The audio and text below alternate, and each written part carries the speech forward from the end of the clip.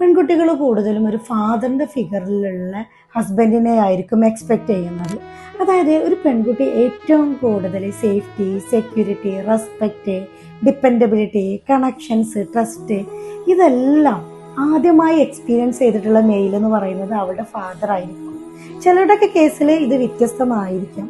ഇങ്ങനെ നല്ല ഒരു കണക്ഷൻസും ക്ലോസ്നെസ്സും അറ്റാച്ച്മെൻറ്റോടും കൂടിയിട്ട് പോകുന്നതിനിടയിലായിരിക്കും ഫാദറിൻ്റെ ഫോണിലോ മറ്റോ ഒരു എക്സ്ട്രാ മാരിറ്റൽ അഫെയറിൻ്റെ പിക്ചറോ വീഡിയോസോ കാണാനിടയാകുന്നത്. ഇത്തരം സാഹചര്യത്തിൽ ഇത് പെൺകുട്ടികളെ സംബന്ധിച്ചിടത്തോളം ആ ഫാദറിനോടുള്ള ഒരു കണക്ഷനും അറ്റാച്ച്മെൻറ്റും പോവുക മാത്രമല്ല ചെയ്യുന്നത്, ഇതൊരു ട്രോമയായിട്ട് ഡെവലപ്പ് ചെയ്യാനും അതേപോലെ തന്നെ അവരുടെ മാരിറ്റൽ ലൈഫിനെ തന്നെ ഭയങ്കര ബുദ്ധിമുട്ടാക്കുന്ന രീതിയിൽ ഹസ്ബൻഡിനെ ട്രസ്റ്റ് ചെയ്യാൻ പറ്റാത്തൊരവസ്ഥ, ജീവിതകാലം മുഴുവൻ അയാളെ സംശയത്തോടെ വീക്ഷിക്കുന്ന ഒരവസ്ഥ, ഇങ്ങനെയൊക്കെ വരാനൊരു സാധ്യതയുണ്ട്. ഇത് പാരൻസ് വളരെയധികം ശ്രദ്ധിക്കേണ്ട ഒരു കാര്യം തന്നെയാണ്. ചില പെൺകുട്ടികളാവട്ടെ ഹസ്ബൻഡിൻ്റെ ഫിഗറിൽ റോൾ മോഡലായിട്ട് കണ്ടിട്ടുണ്ടാവും ഫാദേഴ്സിനായിരിക്കും.